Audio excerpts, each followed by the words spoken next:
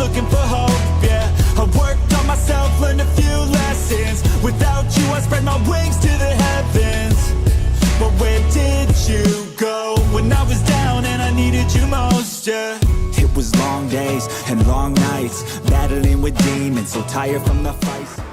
I was struggling to make ends meet, thought I had you on my team, now the feeling's bittersweet, cause I look back now, and it looks different. I was trying to win for us, but you had a different mission. Just listen, I fought hard every day. You gave away someone who would follow you into the grave. Where did you go when I was down and I needed you most, yeah? Where did you go when I was alone, just looking for hope, yeah? I worked on myself, learned a few lessons. Without you, I spread my wings to the heavens.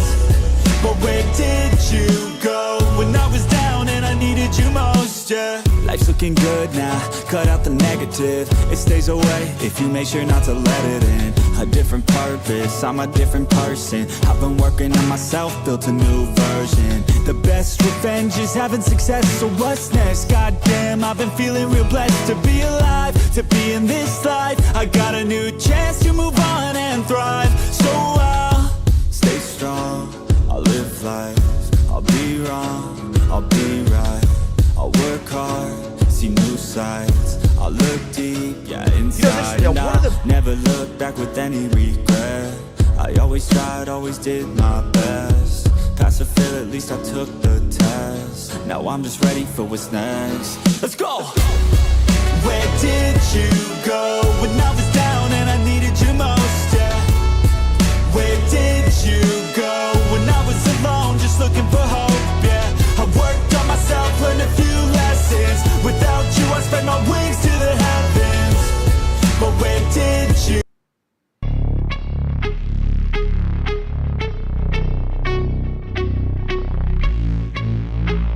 Waiting for people to come in. Let's go.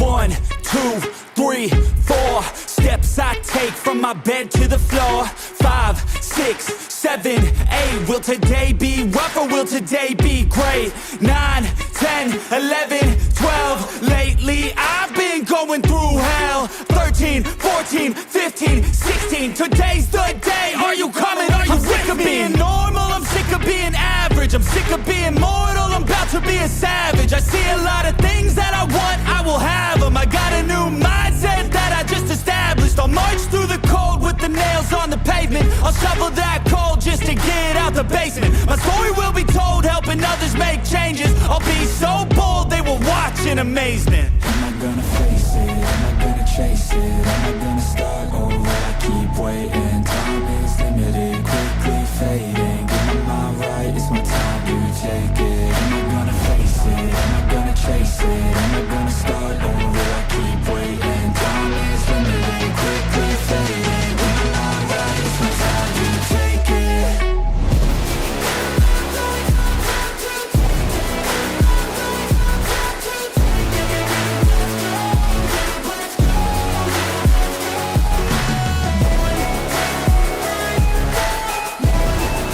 Alright, links are out. You know, we might just do one stream before I make any big changes where we're just chilling. Just do a chill stream where we're listening to... Hi. Where we're listening to...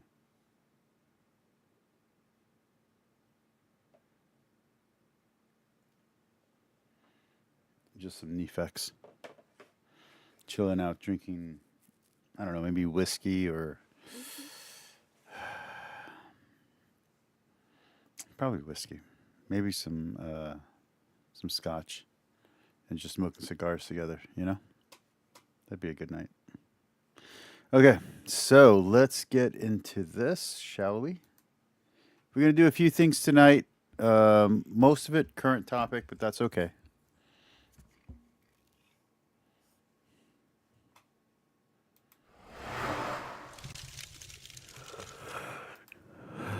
We'll have more religious stuff next week. Tonight will be my last show for the week, and then we'll continue on next week. That wasn't supposed to be a conversation interview with Vice President Harris. Was actually from the ladies on The View. And they asked her some very... You know, it's interesting that one of the best confrontational interviews that wasn't supposed to be a confrontational interview with Vice President Harris was actually from the ladies on The View. And they asked her some very softball questions, and she kind of got flustered. She didn't have an answer. And they're saying that may, or lack of answer, may have been one of the things that swayed the election in the other direction. There's probably multiple barriers. But now, today, as of Trump getting becoming the presumptive nominee, they are reacting to the news that Trump is the president of the United States. And some of their takes are, I'm not going to lie, a little alarming. Go ahead. So what happened last night? Anybody do anything interesting? Okay. The 2024 presidential race ended yesterday. And this is what the country and the world woke up to this morning. Take a look. This was a movement like nobody's ever seen before. And frankly, this was, I believe, the greatest. How do you feel? Pause it. Someone, people pointed out, somebody in the chat pointed out, they're all wearing black like it's a funeral. Oh, that is funny. Except Whoopi. Which, by the way, Whoopi and Trump were like good friends before They were like best friends, yeah. he ran for president. There's like the clip of him starting to run for president. She's like, I wish you the best. Isn't that interesting? Go ahead. My takeaway is that the system works. We live in a democracy. People spoke. This is what people wanted. I vehemently disagree with the decision that Americans made, but I feel very, very hopeful that we have a democratic system in this country. We should value it. We should love it. We should protest if the situation She arises. big mad. She And by the way, we should protest if the situation arises, which it will. That we need to protest, which I'm sure it will. There you go. I've been through this before with Nixon. It's been very difficult, but boy, oh boy, do we have a country if we can keep it. Yeah. Well, We can keep it.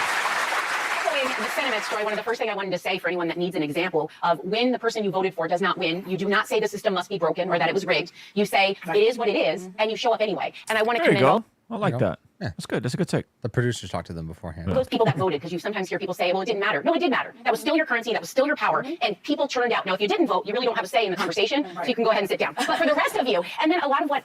Pause it. Do they have anyone that's like kind of right-leaning on The View or not right now? Because sometimes they would have like a voice to kind of give some balance. I think I did hear that they said that there is a lady that she's like the self-proclaimed Republican, but she's probably hasn't voted Republican in like 30 years type of thing. You know? Interesting. think about is what I always tell my kids when things go on. You feel what you feel. Everyone has different emotions. Some people got what they wanted. A lot of people didn't. And you feel anything that comes up, and then you turn around and you say, let's look at the tapes. Let's see what we did. Let's see how we continue to fight for the people that we care about. And you take one step in front of the other. And so here we are today, and I still feel that optimistic because I feel arm in arm with so many people who agree with me. And I'm not going to stop marching. So I like this pep talk, Coach Haynes. Is it the outcome I wanted? No, but we live in a democracy. I have my vote. Millions of people cast their You know votes. what I find interesting? From a content standpoint, wouldn't you just want some degree of disagreement and friction on The View? Yeah. Right, because it's not like they're like a podcast that started in reason, but like that voice to fill in the gap. Yes. This is how we got here. Here are the issues. Here's what went down. Right. Go ahead. Many people in this moment. Enjoy full civil rights. And now I have less civil rights than I had when he told me that. How? She just backdoored She backdoored. the ability to delete an unborn child, to unalive a child, with civil rights. Darkness. Yeah, but more to the point, she actually hasn't lost her right. And if she lives in New York and California, she's very unlikely to lose that right. Fam. That's pretty dark. Oh, man. So again, I'm profoundly disturbed that the 14th Amendment of the Constitution did not prevent someone who participated in an insurrection from becoming president of the United States. I think that going forward, the convicted felon box on employment applications better be taken off because if Yeah. She's What only, did we get? She's only pointing to Roe v. Wade. That's it. Because that's the only thing that negatively affected people from a specific ideological slant.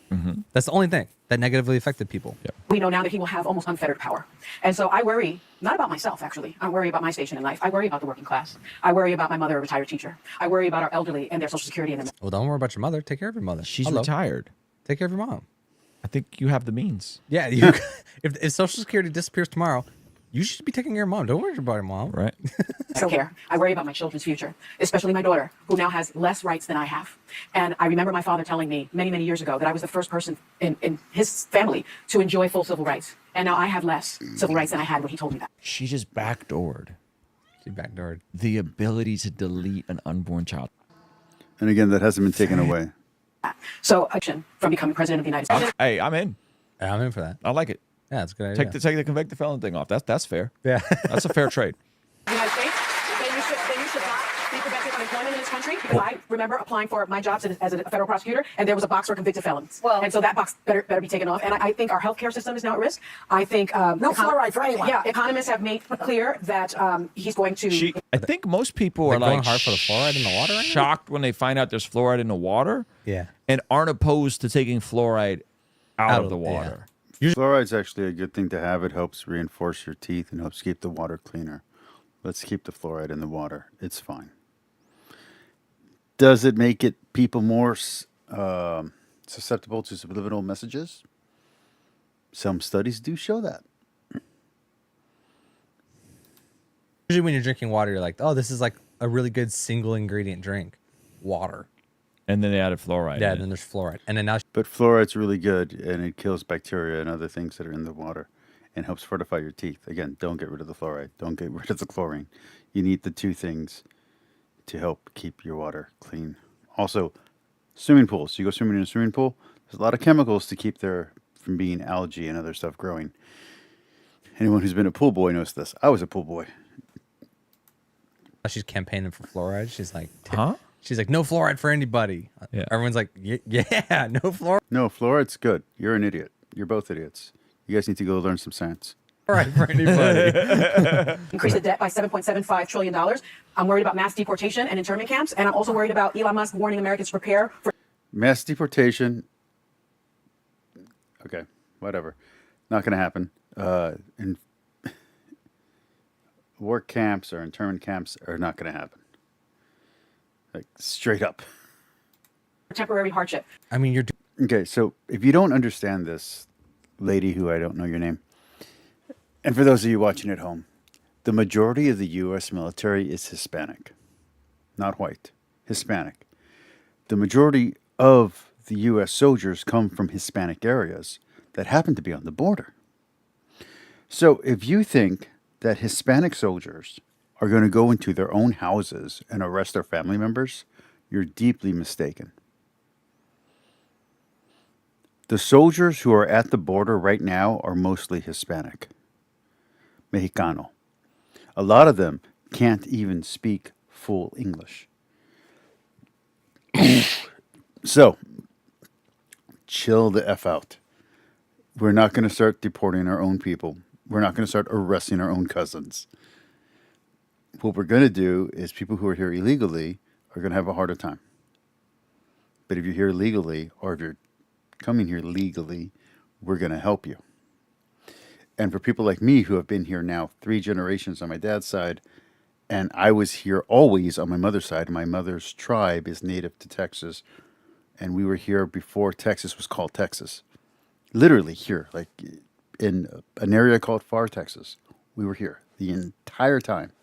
So, you're just an idiot. doing the same thing.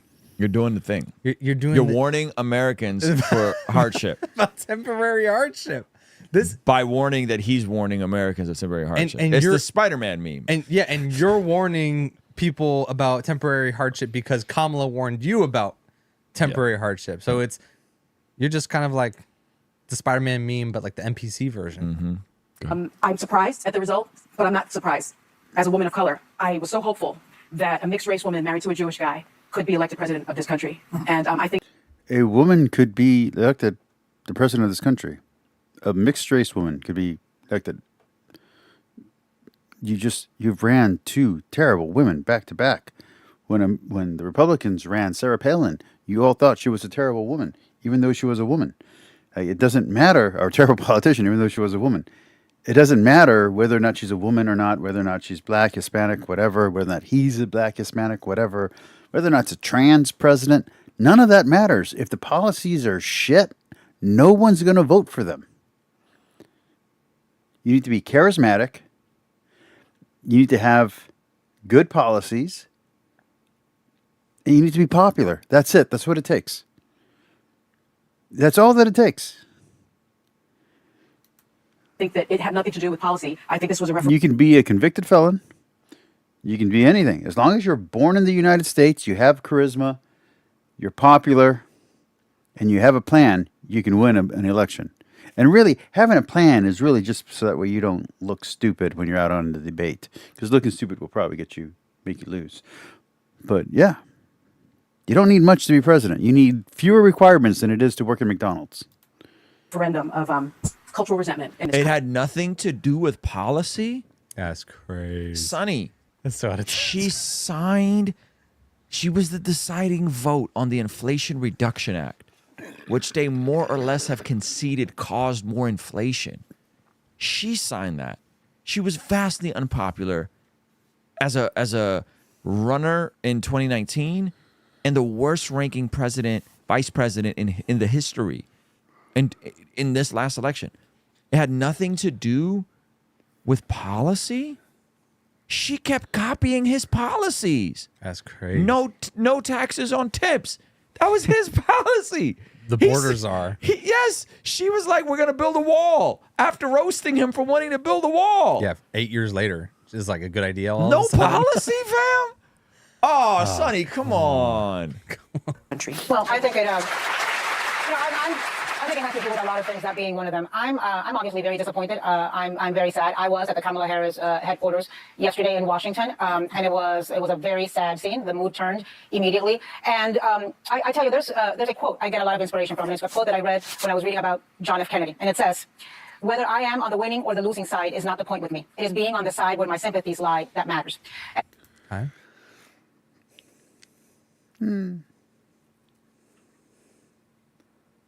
I'm going to vote for the candidate that supports my positions. And if one side only vocally supports my positions, but the other side actively opposes my positions, then I'm still going to go for the side that's at least voicing my opinions. What? All right. And that to me brought me a consolation and inspiration this morning, because I have no regrets. I worked hard. And by the way, Ruslan's kind of stupid. I don't know if he's actually stupid or if it's a character that he plays that he can relate to the common Christian. But at least the things that he says is kind of stupid. So he could be really intelligent, but at least what he says is not very bright. This guy does the same thing. I don't know if it's to try to appeal to the redneck or to the... I don't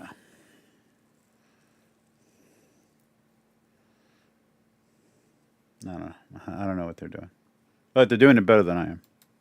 Hard as hell to elect the first Black Asian woman president. History slipped through our fingers again. I worked hard as hell for Donald Trump not to be president. But today, unlike Donald Trump and his followers, I acknowledge that he won. I hope for the best for our country, and I make a commitment to LGBTQ, to our immigrants, to our elderly, to our young girls, to the... This you didn't? We just said go out. You did? So, well, look, we said to people, vote. We didn't tell people who to vote for. Right. We just said go out. You didn't? Yeah, you did. That's amazing. We said to vote. We didn't say who to vote for. And it backfired because we should have told you. Well, you She's did like, it? next time we're gonna be really on the nose with it, okay? Because y'all process. Yes. And she wasn't even elected, so she. Yes. And I've heard from some folks today. I think there's some reasons to go. be hopeful that people who believe in public service in the country will vote. she's about to get red pill. She's the Republican. She's about to get red pill. She's friends with Tulsi Gabbard. Yeah. She's like, Tulsi kind of, she left the party. I mean, but listen, she has some good points. I am questionable about all the folks around, right? I think Tulsi's We're watching solid. this for a reason because we're going to watch him talk to Lila Rose in a second. That's where we're Elon, watching this. I for think, those is who don't know. generally solid. But some of Elon's views are a little wonky here or there. RFK, I'm not one of those like all vaccines are bad all the time. And I'm not talking about the 19 thing. Yeah. So you got I'm pro-vaccine, by the way, for those that don't know. like multiple people in that circle that are like I just don't think that you should take a vaccine if you don't want to take it. If you want to take the risk of dying, that's on you. outside people. Like they're not establishment, deep swamp, elite Washington bureaucrat. Like I took a vaccine before I went to China, and I'm allergic to eggs, and it had. I'm allergic to eggs. I'm allergic to yeast, and it had yeast. I think it was from yeast, and it inflamed my shoulder, and my shoulder tore. So yeah, there's risk with freaking vaccines. I mean, you can die from a vaccine. It's true, but most people live from a vaccine, and it can save a lot of lives. So I am very 100% pro-vaccine.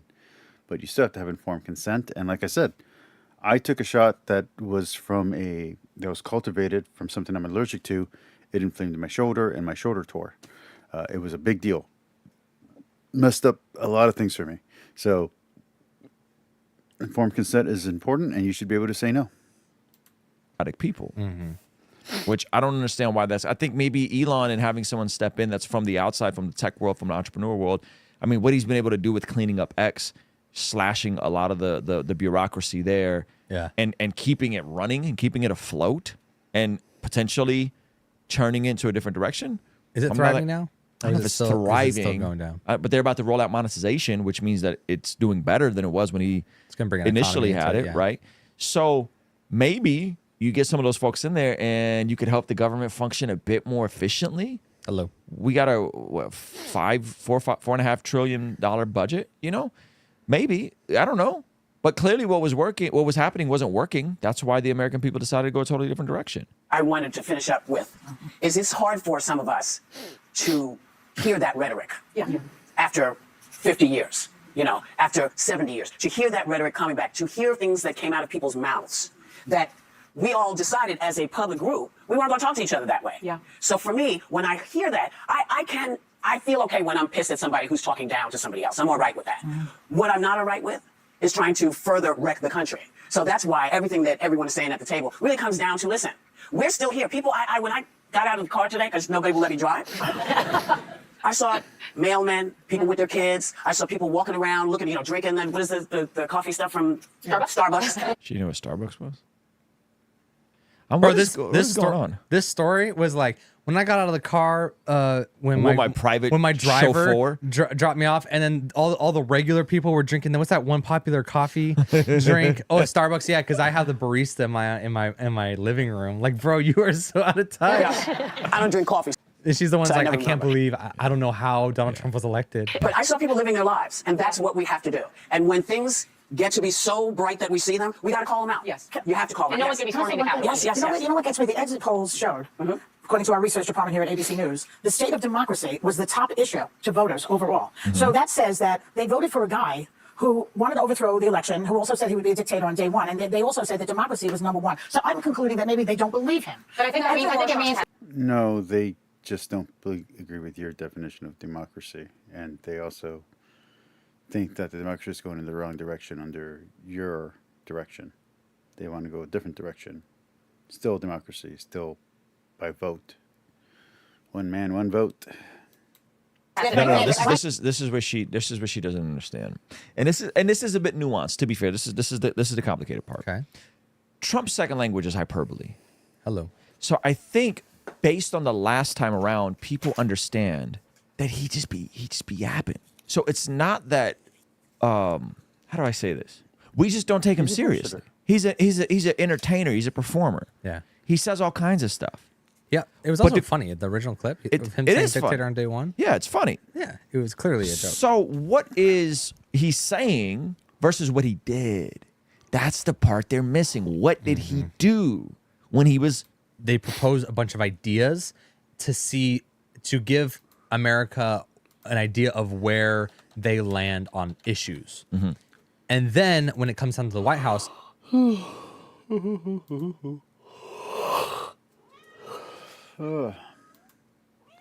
meow, meow, meow, meow.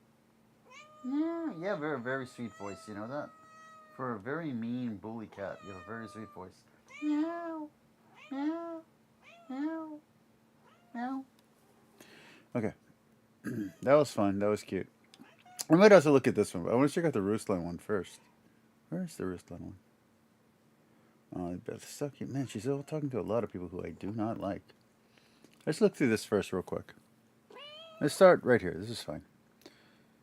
I don't know who that is. I don't know who that is.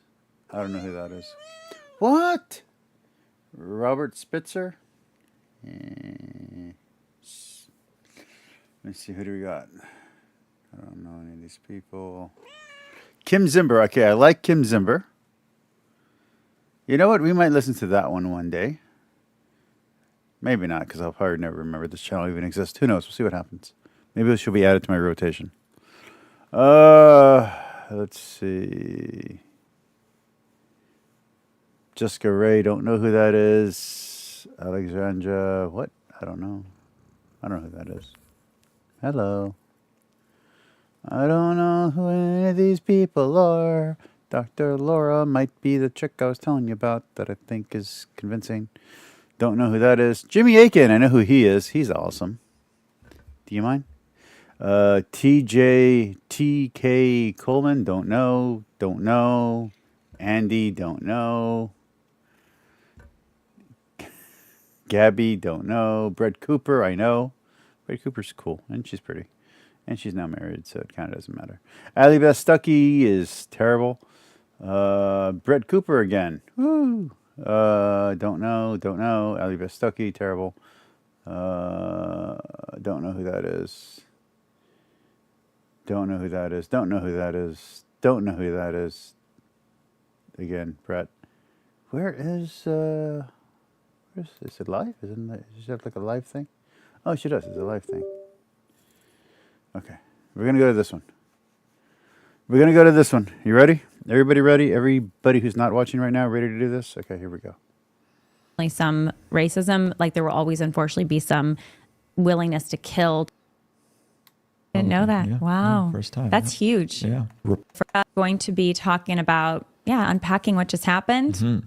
A lot of the reaction stuff, what this means for the country. You Don't voted mean for Trump shit. for the first time this time, right? First time Trump voter. First time Republican voter. Wow. I've never voted. Second time Trump voter. No. First time Trump voter. Oh, there's my first time voting Trump. My first time I've ever voted for Trump. Long time Republican voter. I've been voting Republican since I was 18 years old. I didn't know that. Yeah, Wow. yeah, first time. That's huge. Yeah. Okay, what was it for you? I voted for Stein and I voted for McCain. I don't know who the other person I voted for. I never voted for Biden because I hate Biden. But yeah, I think this is the first time I voted for Trump. went down the rabbit hole of his long form conversations. And I listened to him explain some of the controversies that he's had in the past, specifically aspects of racism, immigration, all of those things. And those were a lot of what was pushed in 2016, 2020. He's the second coming of the mustache man. He hates these people, he hates those people. And I ended up watching him with Patrick David, who's a friend of mine. I hate the way that Ruslan talks. It sounds so fake, so cartoonish. Talked about how he helped pass the biggest criminal justice reform ever. So much so to the point where Van Jones, who's a huge Trump critic, in the middle of him tearing up on CNN, thanks him for passing criminal justice reform. Which I was like, interesting, I missed that. And then I kind of kept going down these different things and finding out, like I don't remember that. I knew about Opportunity Zone, I knew about all these other aspects that he did. Obviously the electing the Supreme Court judges that overturned Roe v. Wade, which I think was good. But I think really hearing him humanize himself. And then I had a very simple conversation with my son the day of the election. Were you undecided up until the day of the I was election? honestly undecided. I was definitely not going to vote Harris. I was very vocal, like I am a never Harris guy. And largely abortion, right, was a big thing. Yeah. And she was the most zealous pro-abort candidate in history. It was bad. And Tim Walz's views and dark stuff. Very dark stuff. And I was like, okay, the alternative is absolutely a no-go for me. Last time around, I voted third party the last two elections, and I was like, we need another option. And then I was sitting here, and so I landed on election day. I came back from San Antonio, did a great event with Pastor Ed Newton in San Antonio, did an amazing event. And my family picked me up, and we're driving, and we stopped by Panera. And my son goes, they've been talking about, he's 9, they've been talking about the election in school. And I'm like, what are you guys doing talking about the election? And he goes, yeah, they're talking about it. And then me and my wife are talking, and I'm like, and I explained it to him. And this is kind of when I had the epiphany. I said, yes, Donald Trump has said some nasty things. Yes, he has tweeted some things that aren't helpful, and he's sometimes combative. But generally, people feel like the economy and their day-to-day life was better during his time versus the Harris, who says some good things and says she wants to bring the country together. But under the administration she's a part of, generally people feel like things are worse with things like housing, inflation, and the real economic realities. And I was going to unpack the abortion pill and like all that. Like I was going to go into all of that with him. But then I said it, and so I was like, man, one person sometimes gets in their own way, sometimes says some silly things. I definitely disagree with him on a few policy issues. in the way he's spoken about things.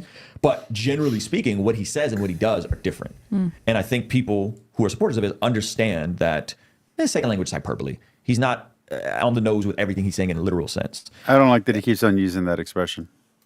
At least that's what his last election was, right? He didn't prosecute Hillary Clinton. He didn't, right? He wasn't the mustache man. He didn't do all these crazy things people were claiming he was going to do. That was honestly the biggest thing, separate from obviously life and Kamala being so bad on life and wanting to keep Kamala out. So vote for Trump to keep Kamala out, which it succeeded. Thanks be to God. Yep. But the other thing was all of the people that were threatening like he's going to be Hitler. I mean, there's so much intense fear and threats coming from mostly the left about what he would do if he was elected, and then also some Republicans like the Liz Cheney Republicans saying this guy is he's not in his right mind. He's going to create nuclear war. All of this stuff. And I didn't find that compelling because you looked at the 4 years that he was president, like you're saying, and it's like there was no mustache man, like you just said, to use that term. There was no new wars. There were no new wars. And I mean, you can't help that. Like, that's what happened. And when I would talk to some of these critics of his about not abortion, but about other things, and I'd ask about those 4 years, like they couldn't answer why everything was okay during those 4 years. And there wasn't some catastrophe because, they say Trump's not in his right mind. So that was also, gave me also peace when I chose to vote for Trump because he was less pro-abortion than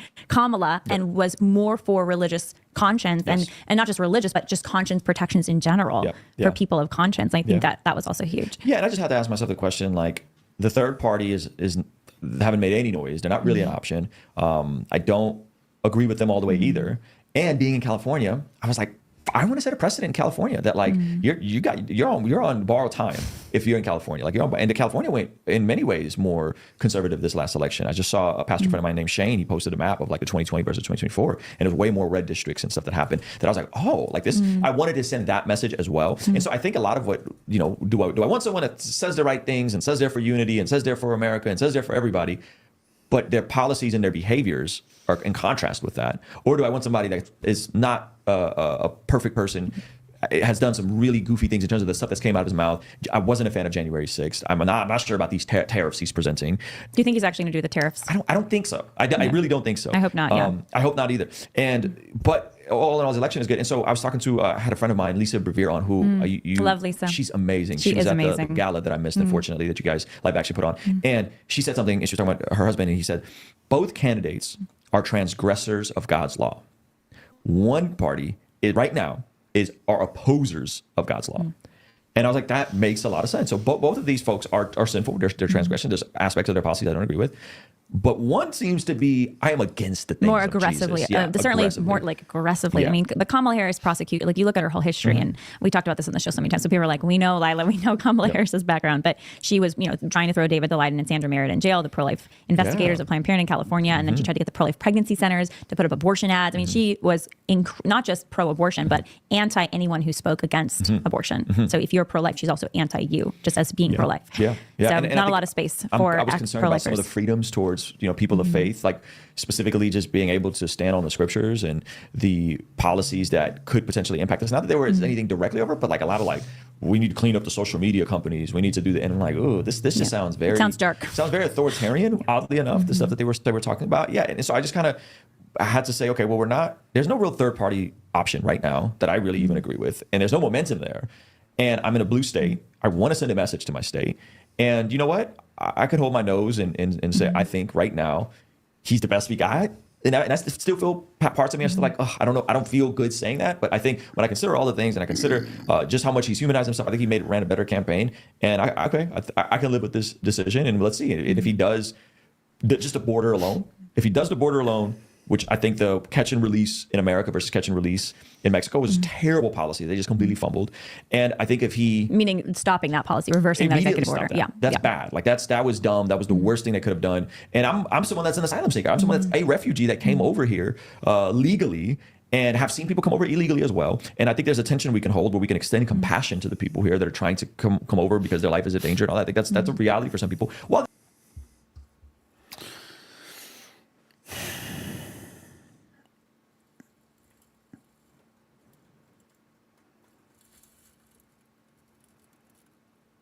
So on my mother's side, I'm Native American with a little bit of French somewhere mixed in. We're not really sure where. My grandmother and my great-grandmother were both Native American, like fully. So it has to be before them that we have the French. Well, that's where we get Lundez. For those who don't know, that's my part of my heritage is the last name Lundez. And then on my father's side, we have Spaniard blood going back to the Reconquista because we are Jews. So we were Jewish Spaniards, Sephardic. And we have native blood from my grandfather's father, so my great grandfather married a Mexicana, Indio, and so my skin color comes from my great grandfather. No, from my grandfather. So that's where I get the color from, and when I'm in the sun, obviously. So I have a little bit of French, and a little bit of Jewish, and a whole lot of Native American from two different Native American sects. I have the Native American tribe where I'm from, and the Native American tribe from San Luis Potosí. That's my blood heritage. So I kind of get what Ruslan's saying, but I kind of don't agree with him. And understand, my wife's an immigrant. She's from China, but I don't think she agrees with what he's saying either. At the same time, saying we need order. We need order. We need laws. We need structures, and we can't continue on in the way we've been continuing on. It's unsustainable. And that's kind of where I landed. I was like, this is not good. And I think the other thing, if he does, I think will instantly ease some of the tensions is opening up to fracking and opening up to oil production here. I think a lot of the climate alarmism, and I'm an EV guy. We own 2 Teslas. We got the Tesla batteries at the house. We got the solar panels. I don't go to the gas station. But I think a lot of this climate alarmism is dangerous, and I think that we need to be as self-sustainable as we can. I do think we need to save the environment, and I do think the environment's important. I don't think being scared about what's coming is useful because it's inevitable. That oil that we are drawing from the ground served a purpose. And even if it doesn't dry up, even if we keep on finding deeper and deeper wells, those caverns that are now empty that used to have oil supporting them, that oil was there for a reason. Places are going to collapse. There will be consequences for the amount of oil consumption that we have used, that we continue to use. I personally prefer an engine that runs on gas. I just do. I like the way they run better. I like the way they operate better. But understand that every time we're using it, it does come at a cost. The country, and that I think instantly moves the needle to gas prices going down, which everything goes down because now you're not paying as much to transport stuff.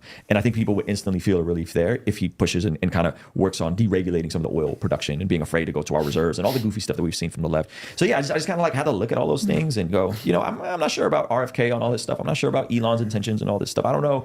But man, goodness gracious, did Elon risk a lot, as someone that probably would have been highly persecuted after this election. And I had to come to that conclusion. And I'll be honest with you, Lila, I had that conversation with my son, and I said, who would I want running the country? Someone that says the right things but did a bad job, or someone that says the wrong things but did a good job? It really that simple. And then in that booth, I'm sitting there and I'm looking, and I voted for everything else except president. I was sitting there, I voted for every single deal. And then I come back to the top ballot issue, and I'm like, third party, leave it blank, president. I'm gonna you did it. Check off Donald Trump, and your video kind of influenced me as well because I know you talked about withholding your vote on Breaking Points, and I was like, I'm with Lila. Like I think that's where I'm at. This is the backstory. I haven't really shared this on the podcast yet, but I was, in the weeks leading up to Election Day, working, as best I knew how behind the scenes and on publicly to some degree, but certainly behind the scenes to say, can we get more concessions from the campaign on life? Because the whole idea of a campaign is get people to vote for you, and like win the vote, get people out to vote for you. And if pro-lifers are like, yeah, whatever, we don't care about this, we'll vote for you no matter what. Like where are we at, right? As a pro-life movement, we are nowhere. That's where we're at. And so, I am not part of the pro-life movement. I need to make that very clear. While I am pro-life and I am Catholic and I am Republican, I'm not part of the pro-life movement. I'm not there. I'm not with them. I don't even think they want me anyway, but I'm not with them. I do believe in the right to life, but like I said, most of my early life, from like the age of 6, 7, maybe 8, all the way until the age of 22. Yeah, 22. I was pro-death, actively pro-death in all forms. And then I became pro-free will. I was a free will absolutist, and I was a pro-free choice. And pro-free choice is a very rare movement. It's very hard to find us, but we do exist. And we are very annoying, and we're usually in philosophical circles, and we usually come from the same reading material, so we all have the same stupid talking points. But I was free choice and I was a free will absolutist, and I was pro-free choice, not pro-choice, because pro-choice and pro-free choice are two different groups, and they don't like each other. Basically, what that comes down to is you believe that people have the right to murder, have the right to do drugs, have the right to do anything terrible, but they don't have the right to be free from the consequences. So yeah, you can do it. If you choose to do it, I won't stop you. But if you go to hell, you go to hell. If you go to jail, you go to jail. Like, if you get addicted, you get addicted. Like, that's your shit. It's a very brutal philosophy. It's not one that I, as a Christian, can ascribe to or promote. But that's what I thought for the first 20 years of my life. I thought, I was pro-death. For the next 12 years of my life, or 13 years of my life, I was a free choice. I was a free will absolutist and a free choice advocate. A free choice advocate. And then sometime between 33 and 35, I became pro-life. So that's that evolution there. I am pleased that Trump did reverse course on Amendment 4 in Florida, and we won. And mine was purely assent to church teachings and reading the church fathers and that kind of thing. Amendment. We defeated Amendment 4 in Florida. Huge. And by the way, for the record, I don't know if all the... And I think I've said this on air before, but there were like 3 major things that pushed me to become pro-life. The major thing was the church father readings and reading the Didache. I think there were 2 translations or 3 translations of the Didache, and in reading the Didache, that put me firmly in pro-life, but didn't give me really like justification for it. But the next 2 things were the guilt that I felt after getting my female cat fixed, and they gave her an abortion without telling us, and I felt so guilty about that it felt wrong. And the way that she responded to losing her babies felt wrong. That made me understand that I didn't feel it was right. So emotionally I had moved, and spiritually I had moved, but I hadn't moved intellectually. What moved me intellectually was an interview that Trent Horn, not anything Trent Horn said, because Trent Horn has never convinced me of anything, and he's not good at that with anybody that I've talked to. But he did an interview with someone who was a scientist, who was talking about where they are on their understanding of biology. They weren't even talking pro-life stuff. Obviously, he was. He had her on there for the specific reason to be pro-life, because he knew that her talking point was effective. But when she was talking about when this life began biologically, according to science, I then, after hearing that, went through maybe 4 or 5 different science textbooks that I have. Don't ask. I'm weird. I have science textbooks. Yes, I do. And all of them had the same definition of when life began. So that moved me intellectually. So now I had moved spiritually, emotionally, and intellectually to pro-life. And that's where I am currently for the last, I don't know, I guess 10 years. Hard work that Governor DeSantis put into defeating Amendment 4, which would have legalized abortion up until birth in Florida into their state constitution. If President Trump had come out against Amendment 4, come out for Amendment 4, or stayed silent and not said that he opposed it, I do think that would have influenced a lot of people in Florida, like strong, hardcore Trump supporters, who might themselves have either not voted on it or voted yes. And we won only by, I think it was a few 100,000 votes. It was not like, millions of votes. Actually, it might have been tens of thousands of votes. It was like 3 percentage points. Wow. So I do think, anyways, you can be loyal opposition. And I think that's what you've been in a good way, meaning when we're voting for a candidate, we're voting for, we hope, better policies. But it's important to call out what those good policies are. And I think, I agree with what you're saying. I think I think we need to not, I think some people, and I say this to my friends on the right, when you are incapable of critiquing your own side, when you're incapable of saying anything you disagree with, I don't think that serves your side well, and I don't think that serves the independent voter well. But him not concede, I don't give a fuck about the independent voter. I'm just gonna be very clear. I don't even know how you can be an independent voter at this point.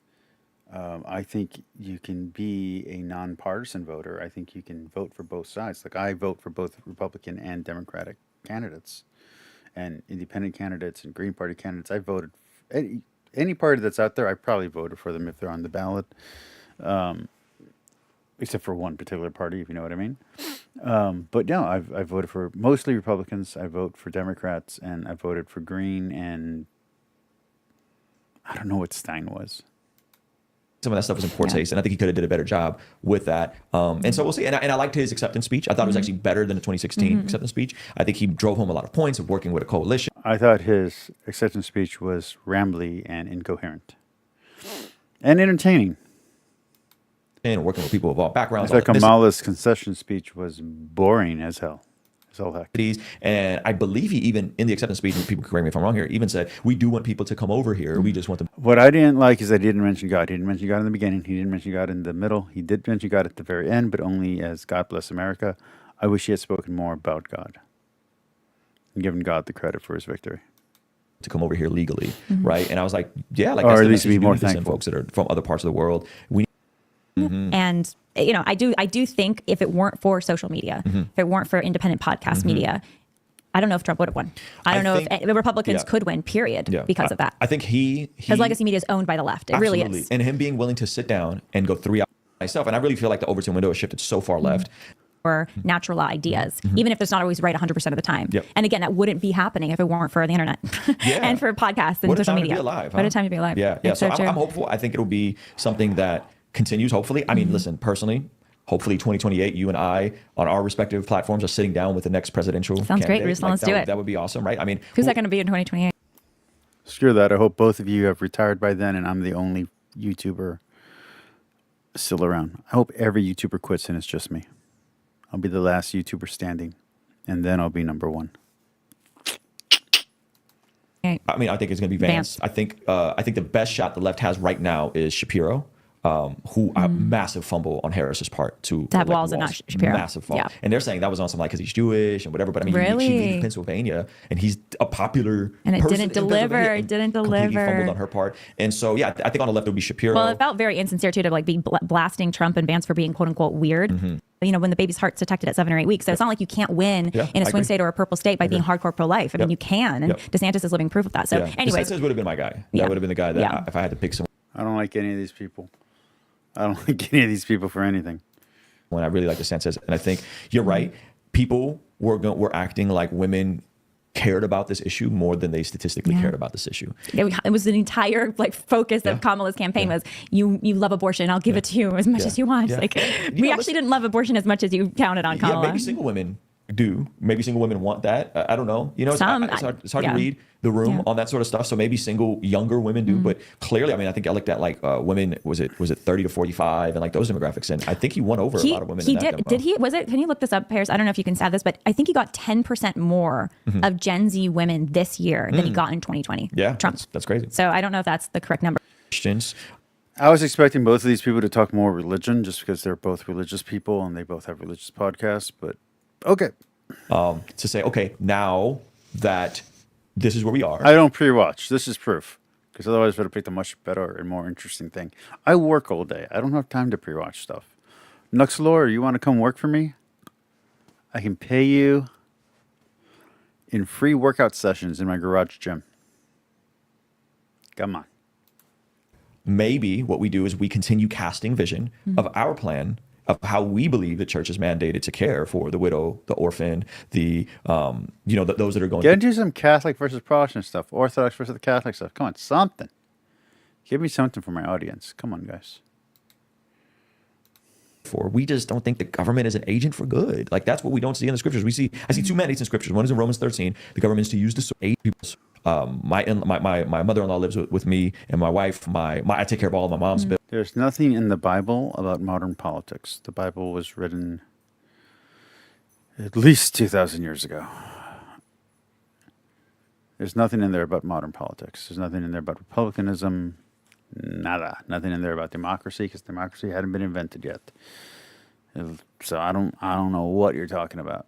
The democracy that existed in Greece, if it influenced the Bible at all, would be in the Gospels and the New Testament, maybe in Acts with how they're describing how things work in the church. But that's a very different democracy. Hellenistic democracy is very different. And by the time that the Bible was written, I'm not even sure if that type of democracy was even flourishing in the Hellenistic world. You already had the Macedonian overtake of the Hellenes. So as long as Hellas is controlled by Macedonia, which is ruled by a king, that means that the Hellenism that was spread was under a monarchy. So I don't think your understanding is correct. Bills, right? And so I think like casting that sort of vision and saying, no, we're not saying that like we don't want elderly people and people with disabilities and people who are poor to not be cared for. We just don't think the government is an agent for good. Like that's what we don't see in the scriptures. We see no such thing. And our democracy is government by the people for the people. We are the government. That's what makes America so freaking unique and crazy.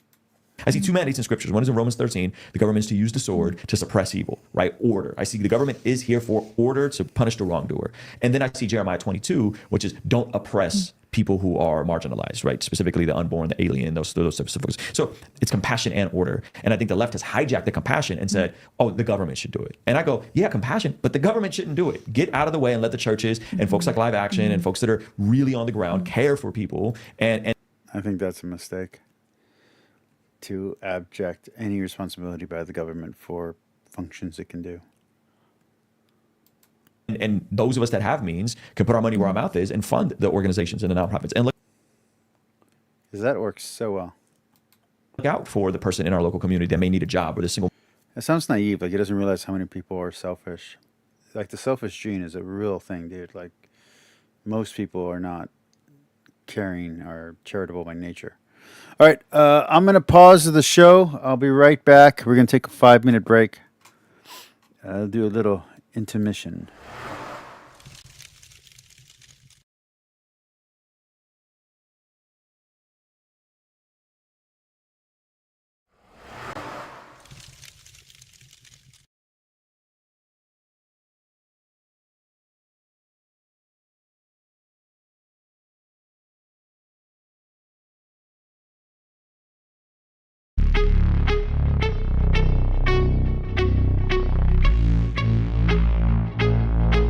Let's go. 1, 2, 3, 4 steps I take from my bed to the floor. 5, 6, 7, 8. Will today be rough or will today be great? 9, 10, 11, 12. Lately I've been going through hell. 13, 14, 15, 16. Today's the day. Are you coming? Are you with me? I'm sick of being normal. I'm sick of being average. I'm sick of being mortal. I'm about to be a savage. I see a lot of things that I want. I will have them. I got a new mindset that I just established. I'll march through the cold with the nails on the pavement. I'll shovel that coal just to get out the basement. My story will be told, helping others make changes. I'll be so bold they will watch in amazement. Am I gonna face it? Am I gonna chase it? Am I gonna start over? I keep waiting. Time is limited, quickly fading. Get my mind right, it's my time to take it. Am I gonna face it? Am I gonna chase it? Am I gonna start over? I keep waiting. Time is limited, quickly fading. Get my mind right, it's my time to take it.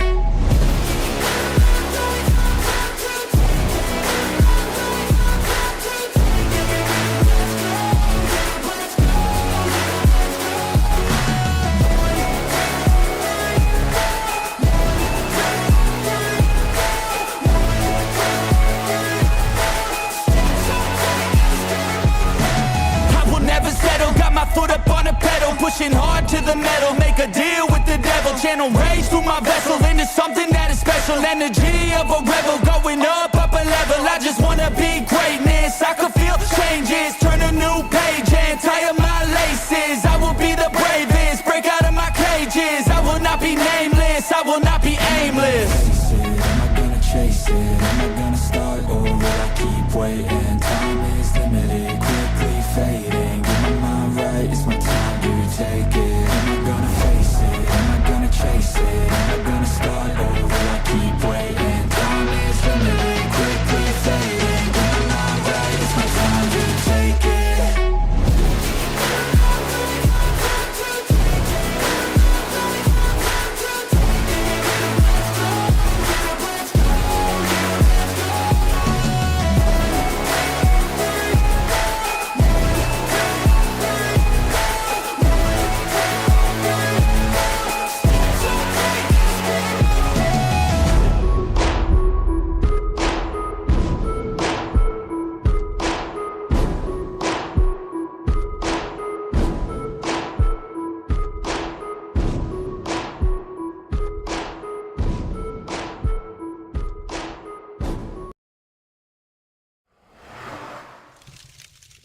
All right, let's find ourselves something better. Okay.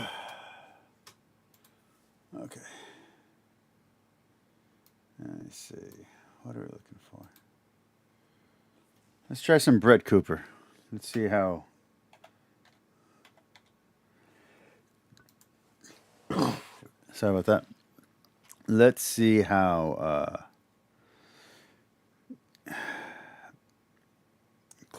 copyright claim happy.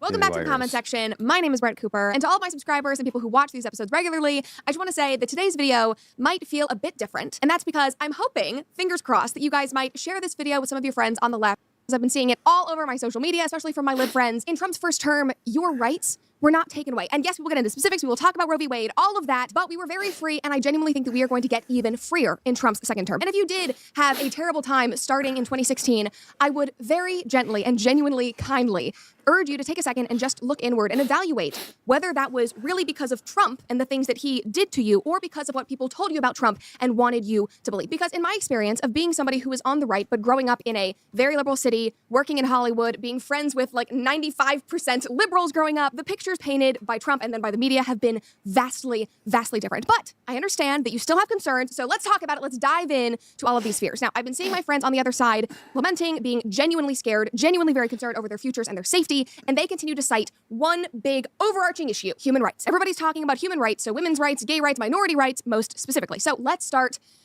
with abortion, which was basically the issue of the 2024 election. I have to laugh a little bit, and this might ruffle some feathers, but this was kind of a non-issue in the 2024 election. Like, Kamala was VP for 4 years, Biden was president for 4 years, and they did not overturn the Dobbs decision. It is not possible. It is ridiculous for her to run on that issue and promise you guys that she will be able to fix the situation. I mean, that was like the backbone of her campaign, and it was for nothing. It was just to get everybody emotionally riled up. And on the other side of the aisle, regardless of what Democrats have said, Trump has reiterated. I think it was just for emotionally rile people up. I don't think there was any substance there, because if they really wanted to change things, they could have set things in motion to change things, and they didn't. I think that's a huge point.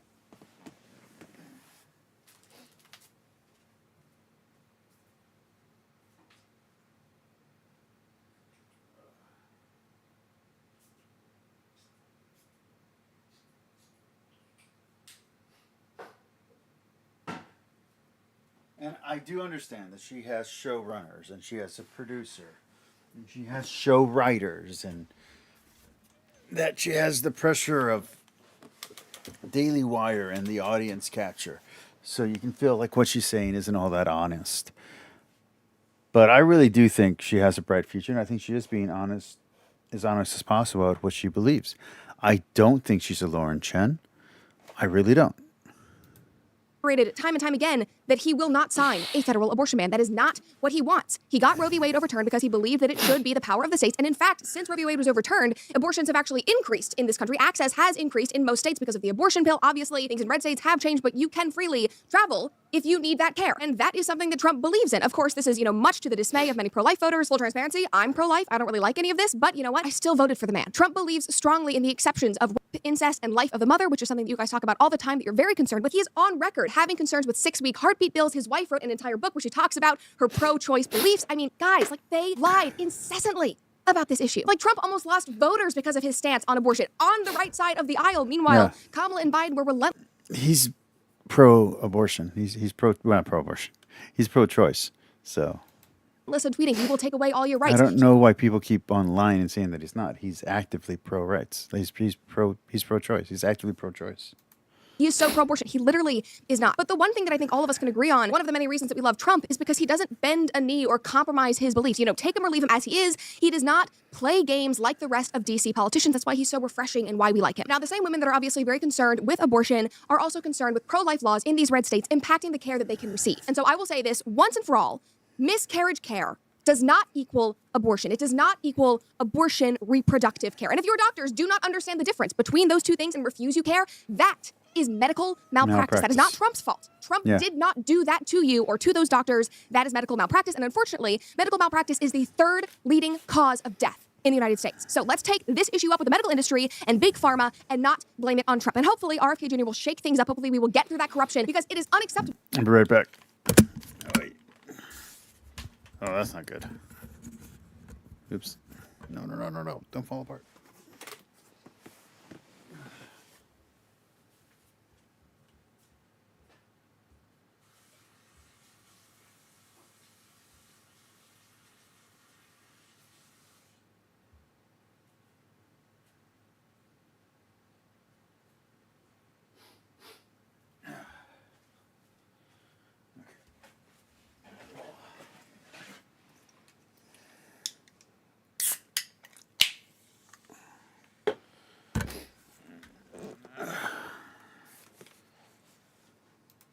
If they refuse you care because they are worried about what's going on in these red states, because none of those laws prevent you from getting miscarriage care or the reproductive care that you need. With stories like Amber Thurman in Georgia, Trump abortion bans, of which there are none because he did not make those laws, did not kill her. No matter what Kamala said, no matter what the media said, she died very tragically, very unfortunately, because of abortion complications and delayed care. The abortion pill put her into septic shock. She waited hours to go to the hospital, and for some godforsaken reason, when she got there, her doctor said, we'll wait until tomorrow to do a DNC or a hysterectomy. We'll just push it off. Here's some antibiotics. Just sit here in this bed. We'll figure it out tomorrow. And she died. Another thing people don't bring up is that this hospital is also one of the poorest reviewed in the entire state of Georgia. 2 stars. And no, those reviews are not just about Amber. I read through. Talk about the Texas one, though, because that's the one I'm interested in.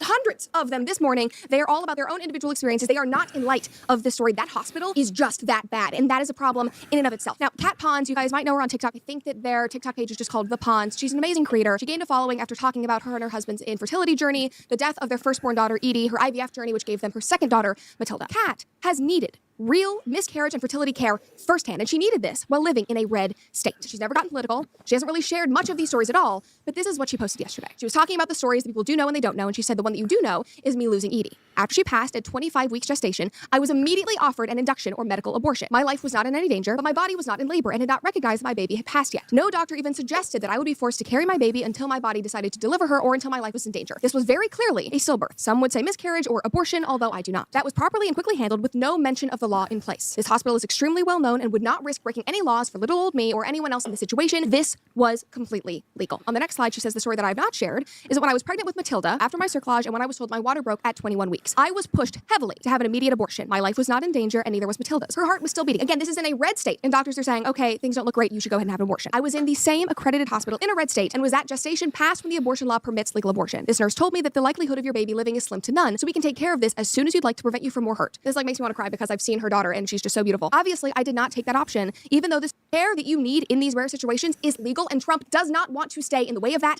at all. In fact, he wants to help moms. That's why he got RFK Jr. involved in his campaign. They will fight to hold doctors and Big Pharma accountable, to hold our food conglomerates accountable, so that moms can stop worrying about what their kids are eating and the accelerating rates of chronic illness and obesity in this country. And by the way, one of the very cool things that, Trump 2.0 has done is that he has surrounded himself by people who disagree with him. I mean, RFK is incredibly pro-choice. And you know what? Even pro-life people are excited about him because they know that even though they disagree with him on that, they know that he will do good things in the medical industry and that he will help protect them. And while he might be pro-choice, other people who are working with Trump are not. There will be this diversity of opinion and voices fighting for you and fighting for your families. That is why so many voters came over from the left, because they were so excited about this. Now, Trump also wants to give tax credits to families and wants to make IVF and fertility treatments covered by the insurance companies or by the government. And by the way, that's something that the conservative side of Christianity doesn't like.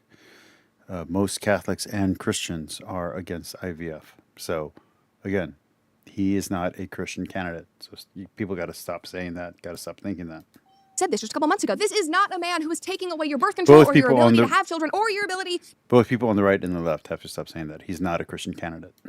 To get an abortion if you want. I mean, on Truth Social a few months ago, he said, I have never and will never advocate imposing restrictions on birth control or other contraceptives, and yet that is a lie that has been parroted for years at this point from the mainstream media. So point blank, full stop, this was a non-issue. Now, second up, I know that a lot of people are concerned with LGBTQ issues. In fact, I was on my private Instagram account with all of my old friends, and oh my gosh, I kept seeing the same infographic posted saying, here's therapy for queer voices, here we're going to advocate for you if you need mental health support in light of this election. And I was just sitting here and I was like, how are people... I would not publicize that you have a private Instagram account. I just think that's not wise.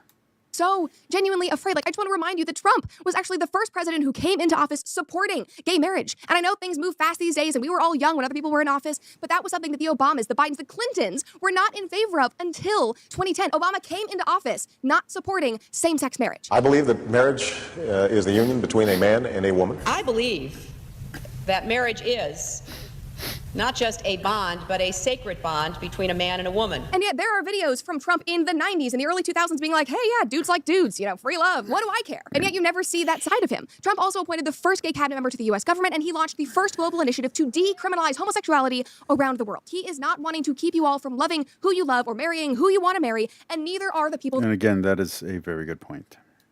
...that he has surrounded himself with. Just listen to Vivek. So my message to gay Americans is this. You're free to love who you want, to marry who you want if you want, without the government standing in your way.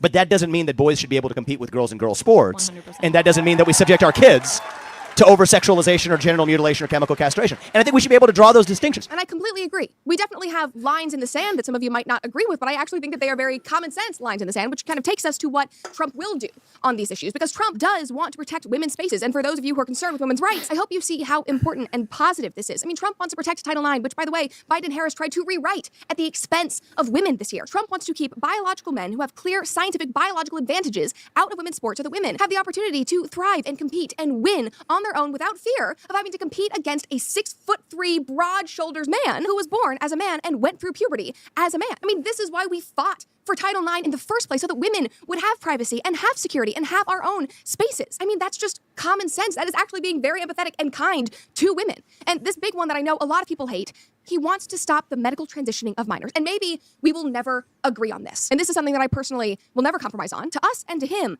it makes no sense. And it seems totally wrong that children with developing minds can go to the doctor. I think it's going to be a battle of the extreme cases. They're going to say, well, what about the orchid? What about the hermaphrodite? What about the person who, for instance, in my case, who was born with higher estrogen and has feminine features as a child, and they can get surgery to be more masculine. Elective as it might be.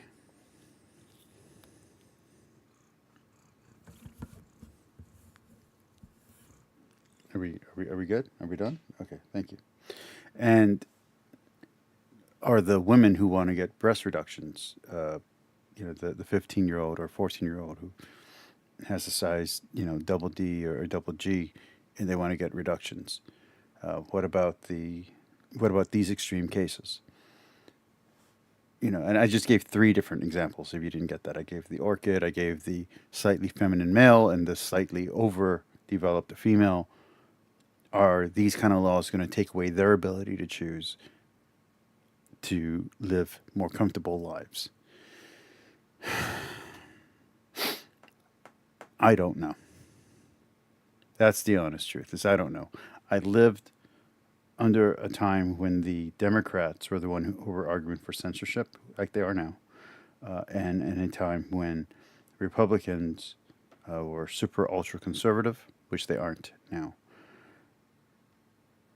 And I had the ability to get my chest reduced. And a friend of mine at school had I say friend, an acquaintance at school had the ability to get her chest reduced.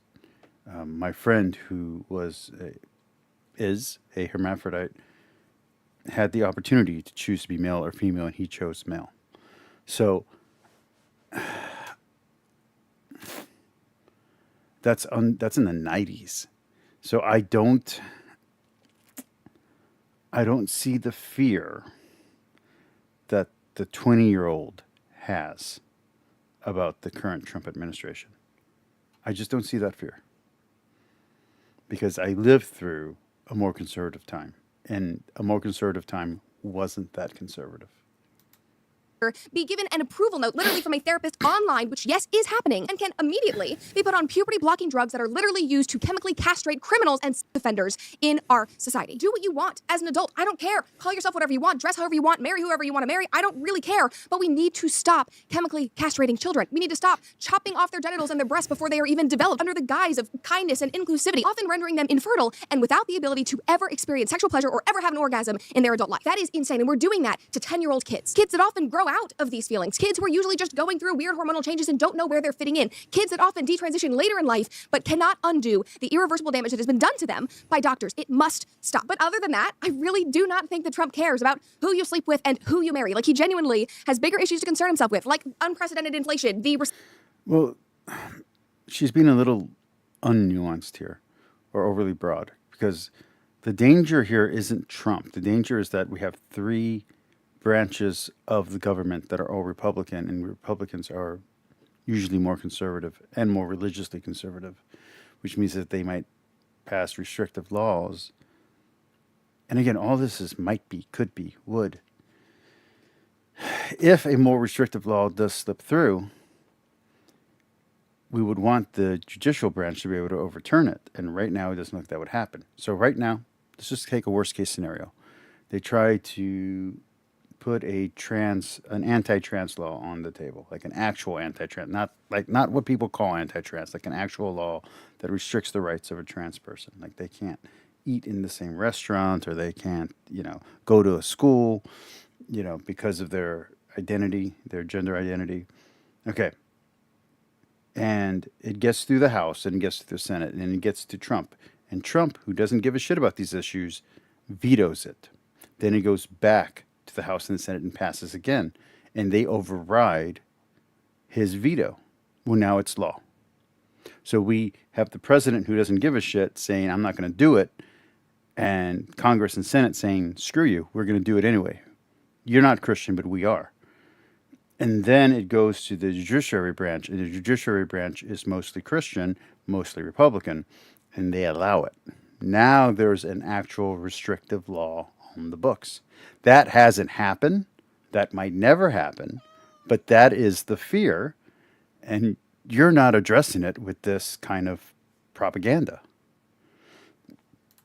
Recession, impending nuclear war, Israel, Palestine, Iran, gas prices, all of it. He cares about that a lot more than he cares about involving himself in your bed. Just say, Americans can barely afford the grocery store anymore, let alone a good quality steak, but thanks to Good Ranchers, they don't really have to worry about that, because they are trying to make this holiday sense. The people are concerned, considering that the media has called Trump a racist for over 9 years at this point. But I want to tell you that minorities in America literally won this election for Donald Trump. From blacks to Hispanics to Asians, they came out in droves for him. Flipping minority-heavy counties, Republicans have not won literally since the 1800s. She's going to talk about the Rio Grande Valley in about 2 seconds. Starr County, Willacy, Cameron, and Hidalgo are all part of the Rio Grande Valley.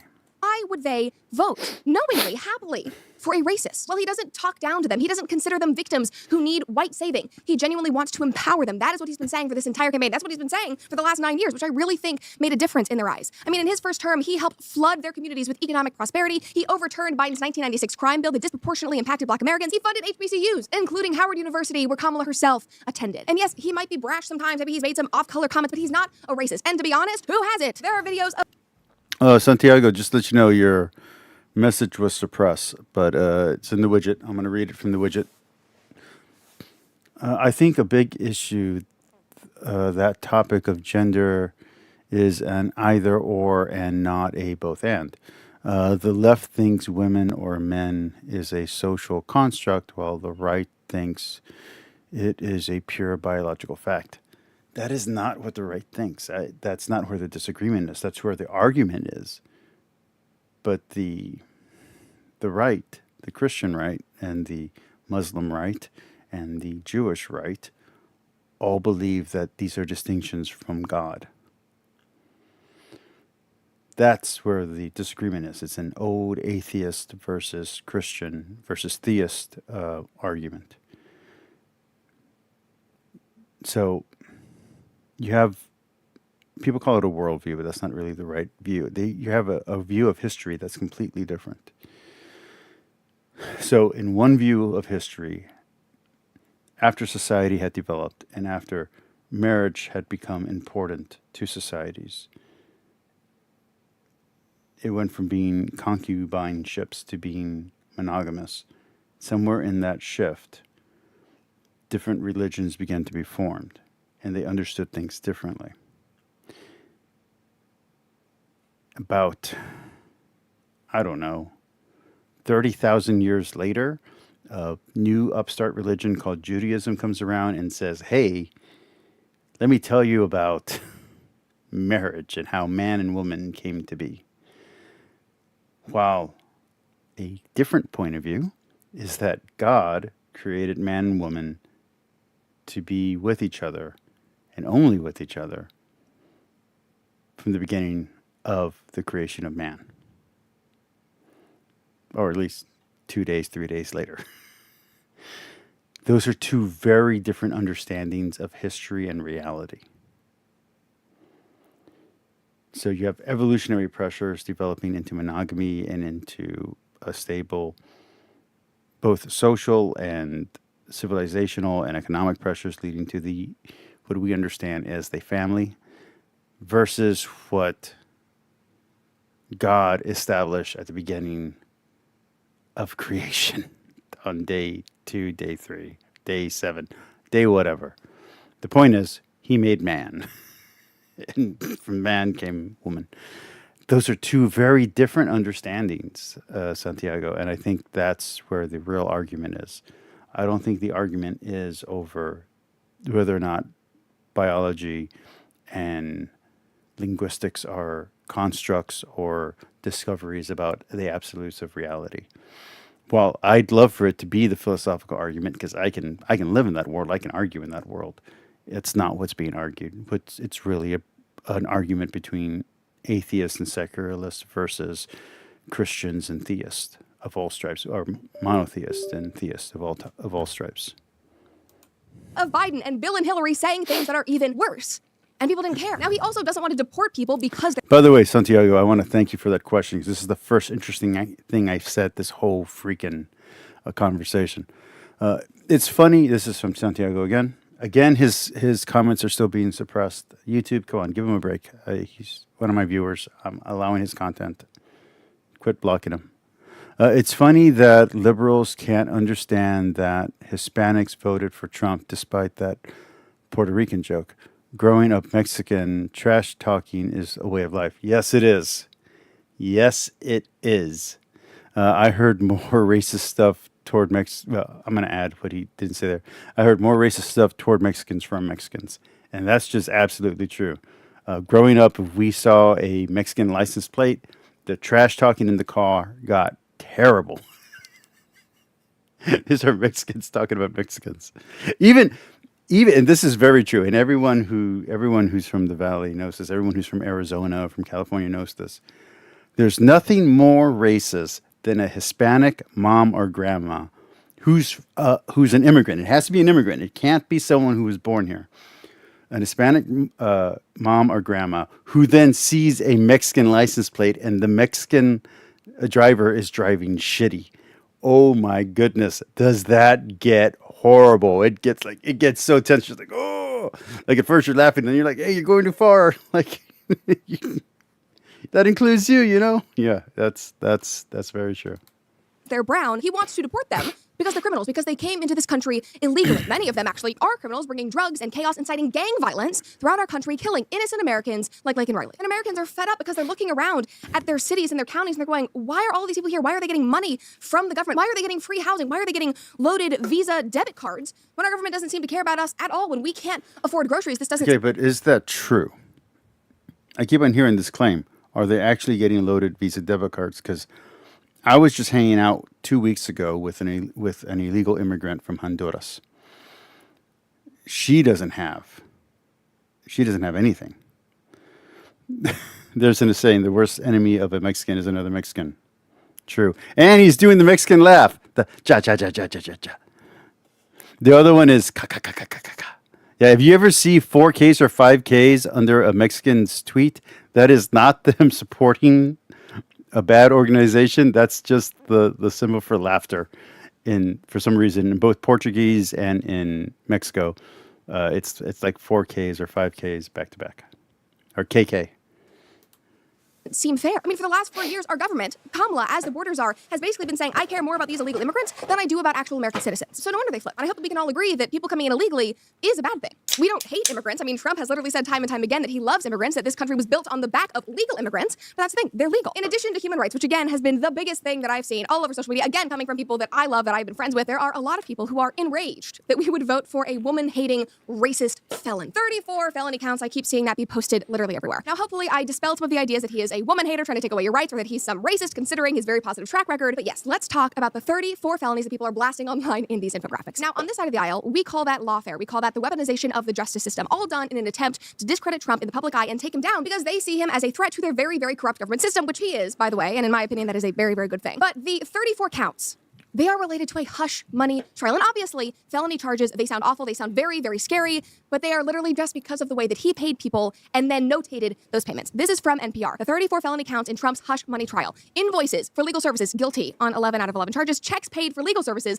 Ledger entries for legal expenses. I mean, guys, we're getting twisted up because of how he paid people. We have bigger fish to fry. That part of the case.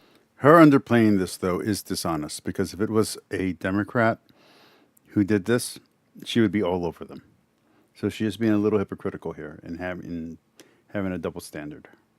It usually gets overshadowed by a woman named Stormy Daniels. She is a porn star who I think it was back in 2015 and then again in 2018 accused Trump of having an affair, resulting in him having her sign an NDA and paid her that hush money. And guess what? All of that was legal. You are allowed to have people sign an NDA. You are allowed to pay them money, compensate them for signing that NDA. If you work in the corporate world, if you are higher up in a company, when you leave that company, you probably also will sign an NDA and you will get a... Here's the question. If she's honest or not, will she mention the R-word charge?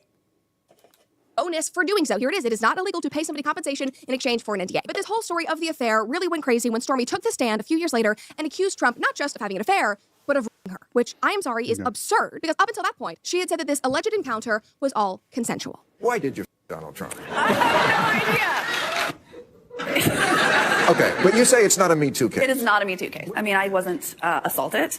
I wasn't attacked or coerced or blackmailed. They tried to shove me in the Me Too box to further their own agenda. She was not coerced. She was not assaulted. This is not a Me Too case. It's important to note that Trump has denied all of this. He denied ever having relations with that woman. And I do not know if he did or not. I don't know if we'll ever know if he actually did. I would be very sad if he had an affair. But that is not going to sway people's votes. Like, they are voting for a president to lead this country. They're not voting for God. They're not voting for a pastor. And if you want to talk about people's personal lives, again, I would gently suggest that maybe, if this really got you riled up, then maybe you should care more about Bill and Hillary Clinton and the interns, about Monica Lewinsky. Maybe we should care more about Biden's daughter writing in her journal that her father would shut.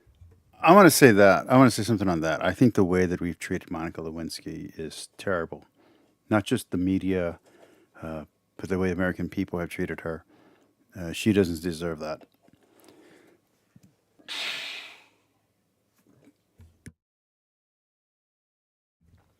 Let's pretend there's no coercion, and let's pretend that the imbalance of power doesn't matter, and the imbalance of age doesn't matter, just for a few seconds here. No one should be judged based on who they ate out or gave a head to when they were in their 20s. No one in their 40s or 50s should be held down. Wrong term. Should have a terrible life and not be able to get work because they had sex or gave oral sex to someone more powerful than them or more famous than them.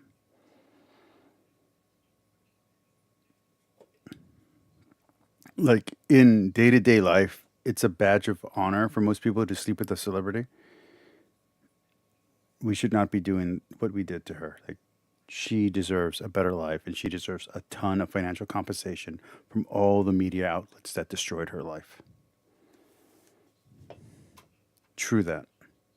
True enough. Shower with her. Maybe we should care more about Kamala and her Willie Brown affair. Maybe we should care more about her husband, Doug, getting the nanny pregnant in his first marriage and slapping his girlfriend. Those stories didn't sway you, obviously. The media barely covered them, so let's just move on from those types of stories if we are not going to be consistent in how we talk about them in regards to these candidates. Now, the justice system also went after Trump for taking classified documents from the White House. They literally raided his home Mar-a-Lago over this. It was a huge, huge scandal. People were going, oh my gosh, he's a criminal. This is awful. The FBI is raiding him. Well, guys, I hate to say it. It's not just him. So let's take it down a notch. It's not just Trump and Biden. Every administration since Reagan mishandled classified records. National Archives fine. So this was not the scandal that the justice system or the media made it out to be. And so what I'm trying to say here with all of this is that the media lies. We've caught them in their lies. And you might not know it, but usually, like a year later, they go... Like I said, what was done to Monica Lewinsky wasn't done by the Clintons.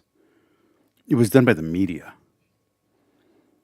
They should pay millions and millions of dollars to her in restitution. Maybe even billions. That wasn't the Clintons who destroyed her life, and it wasn't her bad decision-making. It was the news media who did that to her. Quietly correct and retract these stories. Maybe they'll put like a little thing at the bottom of, a page in the New York Times. Hey, we accidentally screwed up. We did this. They don't share that they lied. They don't share that they had to correct anything. I mean, they are so desperate to discredit this man. They have tried to throw him into jail countless times. This also happens with gaming journalism, with a lot of stuff that's out there. Journalists, my minor was in journalism. I used to write a magazine. I used to write for a magazine, a very small, local, valley, not out there. It was called Not Your Ordinary Magazine. And then before that, Night Watch Rogue. Stupid titles. I know.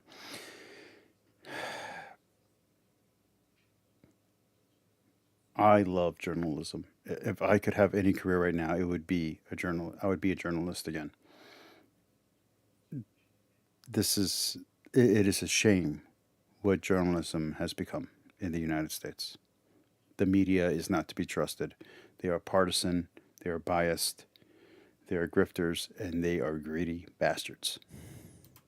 Over how he paid somebody in order to stop it. They have lied about things from his stance on abortion to Project 2025, which, while yes, was created.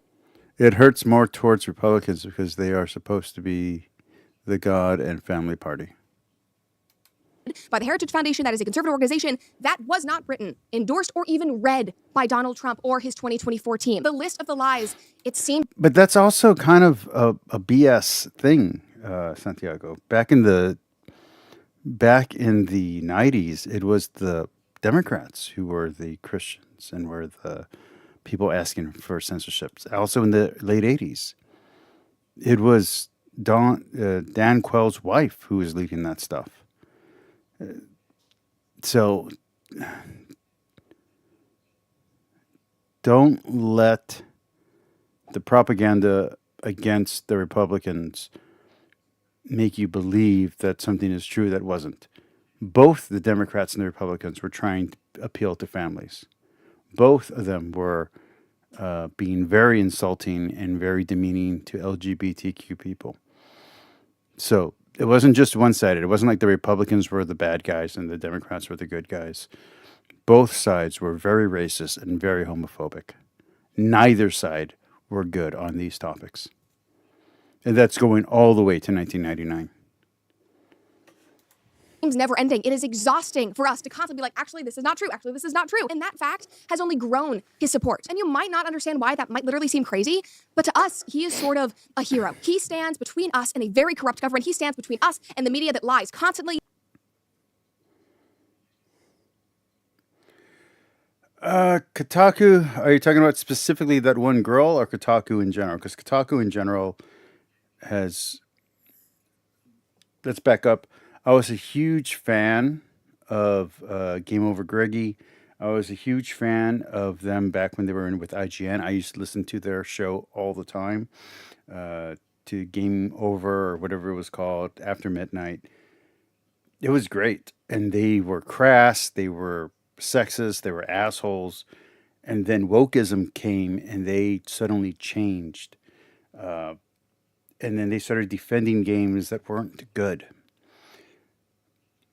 I remember on XPlay when Morgan Webb was on, and Adam Sessler were together. Their reviews were brutal. There was no video game that they were nice to. So when you got a good review, you were like, "Oh, this actually is a good game." Then sometime after the merger, sometime after it became Attack of the Show all the time, and after the original host had left, their reviews, they started giving good reviews to bland games. And that's when my nose started going off. And I noticed it with IGN. We noticed it got to the point, it wasn't just video games, by the way, it was also movies. It got to the point where you knew that if certain journalists or critics were calling a game bad or calling a movie bad, that the game or the movie was going to be great. And so you'd wait for them, because the movies that they said were good, you'd go watch them and they were boring. The games that they said were good were unplayable. But the games they said were bad, you'd put them in and you're like, "Oh, this is fun." The movies that they said were bad, you'd go watch them and you're like, "I got to see this with like 10 of my friends." And there was a time before Rotten Tomatoes, before you had like viewer scores, where it was the audience versus the critic. And almost every movie that the critics loved, the audience hated and wouldn't go see. And that's why you needed to have the Academy Awards to promote those movies, because they weren't popular with audiences. That's what everybody's forgetting. The Academy Awards was a joke. It was for movies that people didn't like. It was a way to promote them so people could see them, so people would want to see them. That's what it was for. It was a promotion machine. It wasn't real rewards. It wasn't, you weren't really being awarded for being a great actor. You were selling the people a product of like, hey, other actors say this is what a good actor is. So if you want to know what actors really think, if you want to know what the critics really think, Critics' Choice Awards, if you want to know what the Academy really thinks, well, what's the Academy? It's other actors. If you want to know what the Academy really thinks, go watch this movie. And it would be a boring ass movie. Incredibly boring. And this is how it was. And then came Rotten Tomatoes, and Rotten Tomatoes changed everything, because you started having Metacritic. You started having scores done by people and then aggregated scores by the critics. And that changed everything. Early YouTube changed everything. It killed the old media plan to where grifting stuff was killed. Yeah, G4 was great. But you got to remember, Adam Sessler was woke way before G4 went under the first time. And G4 stole from, I still watch his stuff. I was just watching his stuff earlier today. He's all sad that Trump won. But they stole from Tech TV. So, and I used to watch XPlay back when it was extended play, okay? I had been a fan for a very long time. I used to watch Morgan Webb back when she was on whatever that weird morning show on that they had. I guess it was like Tech TV or something. I used to watch all of that. Okay, so I used to know coding like in the back of my head, and commands and all that kind of stuff. So you know,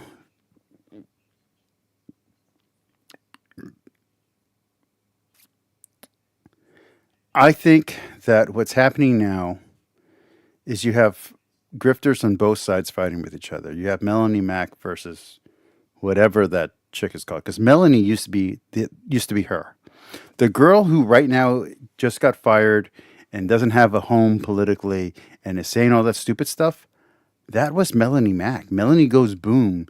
If you go back 5-6 years, she has tweets and she has posts where she's advocating for gay rights and advocating for putting more women and more gay actors and everything into movies and into video games. She actually thought that it was a shame that Nate from I love the video game. I can't think of it right now. But anyway, she thought it was a shame that this character wasn't gay. She's like, just make him gay. Don't have him fall in love with my favorite actress of all time. Not my favorite. Well, one of my favorite actresses of all time. The lady from Farscape. He was like, don't have him fall in love with her. Have him fall in love with a guy. It was the perfect opportunity for him to be gay. That is who Melanie Mack used to be. So don't believe the hype. Yeah, I do think the gaming journalism is corrupt. I do think there's a lot of bribery. I do think there's a lot of kickbacks. Do I have proof of that? No. But I do know for a fact that back in the day, before all this was exposed, you could gauge how good something was by how bad a critic reviewed it.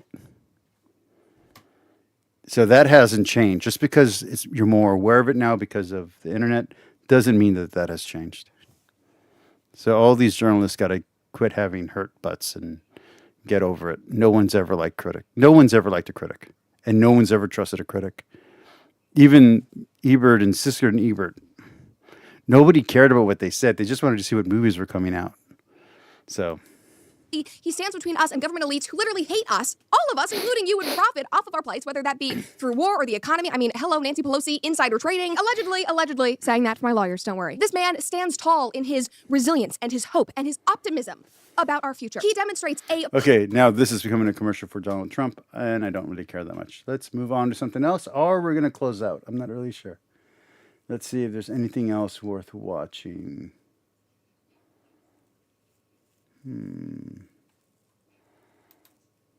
Give me a second. I'm going to go to the big screen just in case this is the last thing we're watching. But if I spot something right now, we'll go to that instead.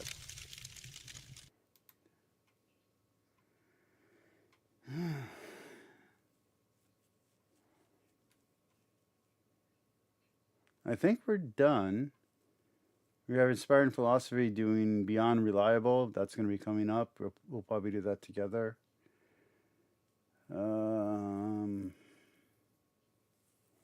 Gladiator 2. We don't really do movie reviews on this channel. Laden Flowers. Getting a little bit complimented and then slapped in the face by How to Be Christian. Asmongold watching what we watched yesterday with Shoe on Head. Gothex, who is... Honestly, I would totally date Gothex if I was still single and she was interested, but I don't think she'd be interested, and I'm not single. We have God Bless Studios, people defending Trump. We have What Do You Mean saying we've been lied to. We have Film Threat becoming more and more Republican. Let's see. Trent Horn was on Catholic Answers. Let's see. I think we're done. Just give me a few more seconds to see. Ben Shapiro talking about her Kamala's concession speech. Tyrone Magnus got socks as a gift from his girlfriend.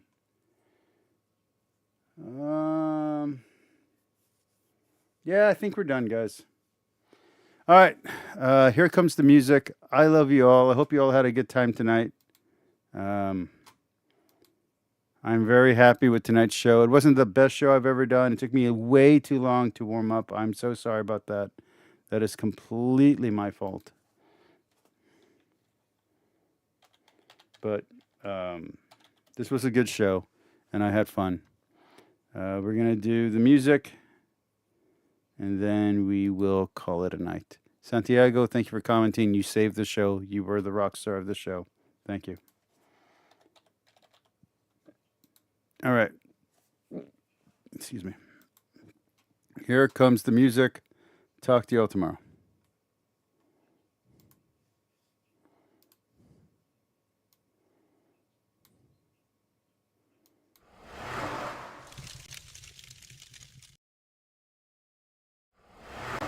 Sorry. Talk to you all Monday, and Monday we'll be back to religion. We'll be doing some anti-apologetics come Monday. Have a great weekend. Everybody drive safe. Don't drink and drive. Call an Uber. Call a friend. Crash out on someone's couch. Be safe. And love one another and love God above all. Peace.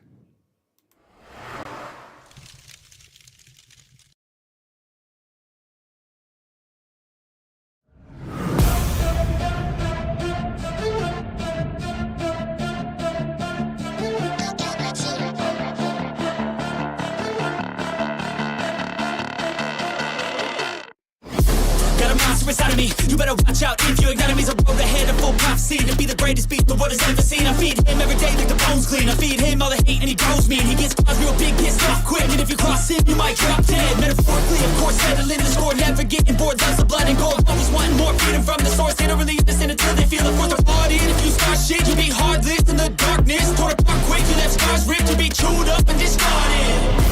And this world ain't right, won't accept it. Negative energy, I expect it.